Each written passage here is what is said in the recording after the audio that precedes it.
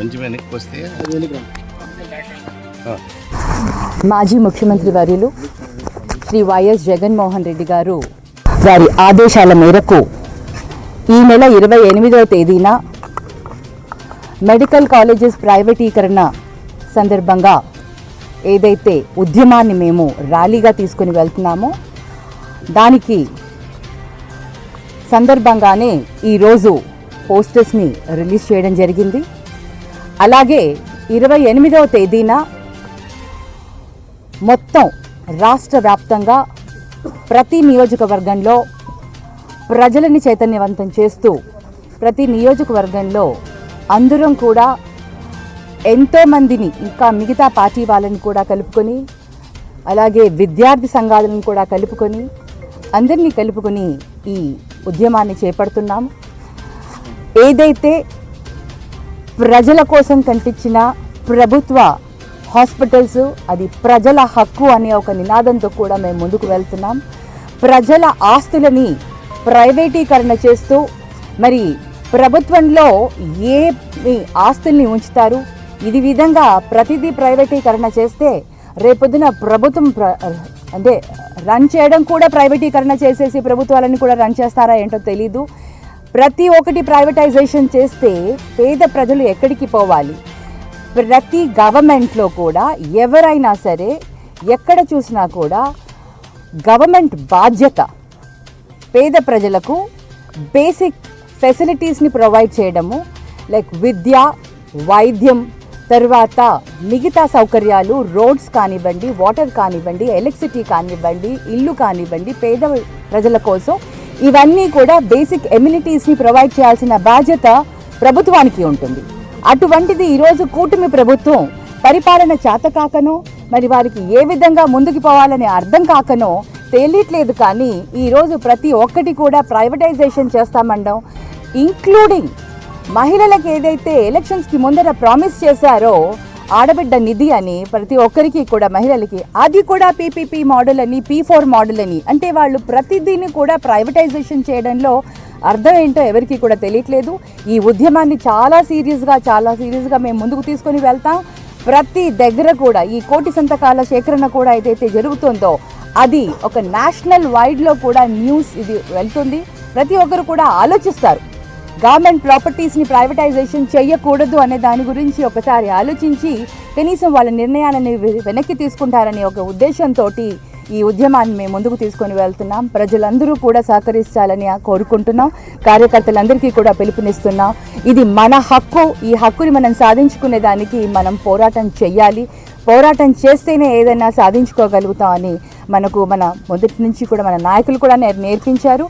అదే దారిలో అదే స్ఫూర్తిగా తీసుకొని ఇవాళ మా లీడర్ శ్రీ వైఎస్ జగన్మోహన్ రెడ్డి గారు ఆదేశాలు ఇచ్చారు. మేము అందరం కూడా ముందుకు వెళ్తాం. ఈ ఉద్యమాన్ని విస్తృత స్థాయిలో తీసుకుని వెళ్ళి ప్రజలకు న్యాయం జరిగే విధంగా పోరాడతామని తెలియజేసుకుంటున్నాం.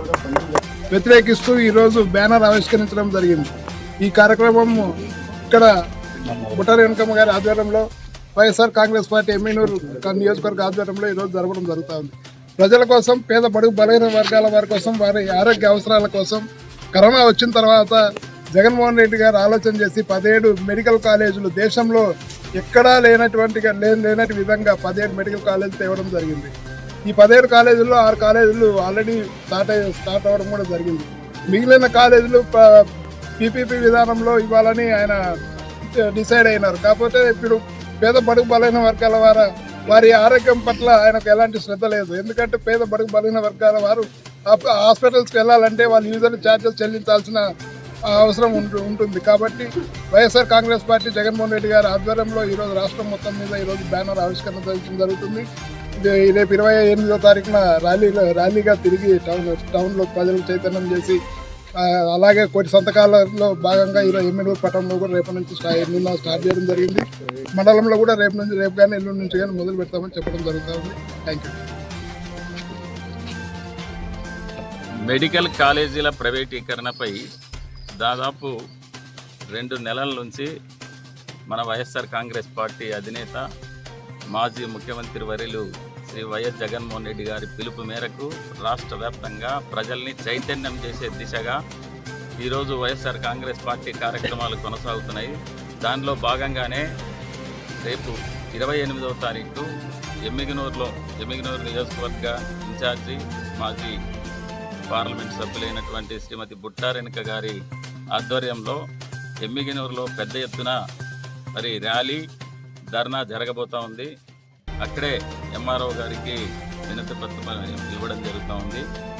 ఏదైతే ఈ రాష్ట్రంలో పేద ప్రజానీకం కోసం పేదలకు ఉచితంగా వైద్యం అందాలని చెప్పి, పేదలకు కార్పొరేట్ వైద్యం అందాలని చెప్పి రాజశేఖర రెడ్డి గారు కలలు కన్నటువంటి, రాజశేఖర రెడ్డి గారు ప్రవేశపెట్టినటువంటి ఆరోగ్యశ్రీని ఈరోజు దేశవ్యాప్తంగా ఈరోజు అమలు జరుగుతూ ఉంది. అంటే రాజశేఖర రెడ్డి గారు చూపినటువంటి మార్గం. స్వయాన డాక్టర్ అయినటువంటి రాజశేఖర రెడ్డి గారు రూపాయికే వైద్యం అందించి ప్రజలకు చేరువయ్యి పేదలకు వైద్యం అందించాలని చెప్పి ఒక్క పులివెందులే కాదు రాష్ట్ర వ్యాప్తంగా తెలుగు ప్రజలందరికీ కూడా వైద్యం అందించాలనే దిశతో రాజకీయాల్లో దిగి, రాజకీయాల్లో నుంచి ముఖ్యమంత్రిగా అయ్యి పేదలందరికీ కూడా మరి పేద పిల్లలు చదువుకోవడానికి ఫీజు రియంబర్స్మెంట్ కానీ, ఆరోగ్యశ్రీ కానీ ప్రవేశపెట్టినటువంటి ఎవరైనా ఈ దేశంలో చెప్పుకోవాలనుకుంటే ఒక్క రాజశేఖర రెడ్డి గారి గురించి మాత్రమే చెప్పుకోగలిసి వస్తుంది. కాబట్టి అటువంటి ఆ రోజు నుంచి ఈ రోజు వరకు చూస్తూ ఉన్నాం. రాష్ట్రం విడిపోక ముందు నుంచి చూసినాం. మరి చంద్రబాబు నాయుడు గారు ఎప్పుడు కూడా ప్రైవేటీకరణకే పెద్దపీట వేస్తాడు. పల్లెల్లో ఉన్నటువంటి రైతులకు కానీ పేదల గురించి కానీ ఆయన పట్టించుకునే పరిస్థితి ఉండదు అనేది ప్రజలకు కూడా తెలిసినటువంటిది.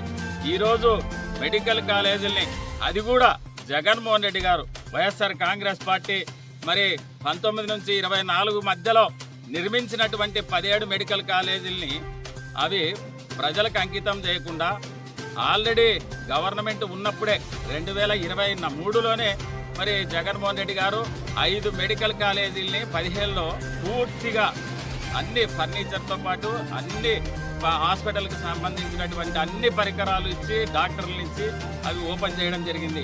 ఈరోజు ఆయన చేసి చూపించాడు జగన్మోహన్ రెడ్డి గారు పరిపాలన ఏ విధంగా ఉండాలనో. మరి అదే మెడికల్ కాలేజీ మిగిలినటువంటి హాస్పిటళ్లను 12 మెడికల్ కాలేజీల్ని ప్రైవేటు పరం చేయాలని చెప్పి పోయిన నెలలో జరిగినటువంటి మరి క్యాబినెట్ మంత్రివర్గ సమావేశంలో తీర్మానించడం జరిగింది. ఆ రోజు నుంచి కూడా ప్రతి ఒక్కరు కూడా ఈరోజు పేద ప్రజలందరూ కూడా బాధపడేది ఒకటే, పేద ప్రజలకు అండగా ఉండేటటువంటి వైఎస్ఆర్ కాంగ్రెస్ పార్టీ, పేద ప్రజలకు అండగా ఉండేటువంటి జగన్మోహన్ రెడ్డి గారు ఈరోజు పిలుపు ఇస్తున్నాడు కాబట్టే వీళ్ళు ఇంకా నిదానం చేస్తూ ఉన్నారు. ఎవరు కూడా అడగందే అన్నం పెట్టరు అమ్మాయినా. అయితే ఈరోజు మనమందరం కూడా గట్టిగా అడిగి తీరాలి. మనమందరం కూడా ప్రజల్ని చైతన్యం చేయాలి. ఈ ప్రైవేటీకరణకు వ్యతిరేకంగా మరి మెడికల్ కాలేజీల్ని, అందులో మన పక్కన ఉన్నటువంటి ఆదోని మెడికల్ కాలేజీల్ని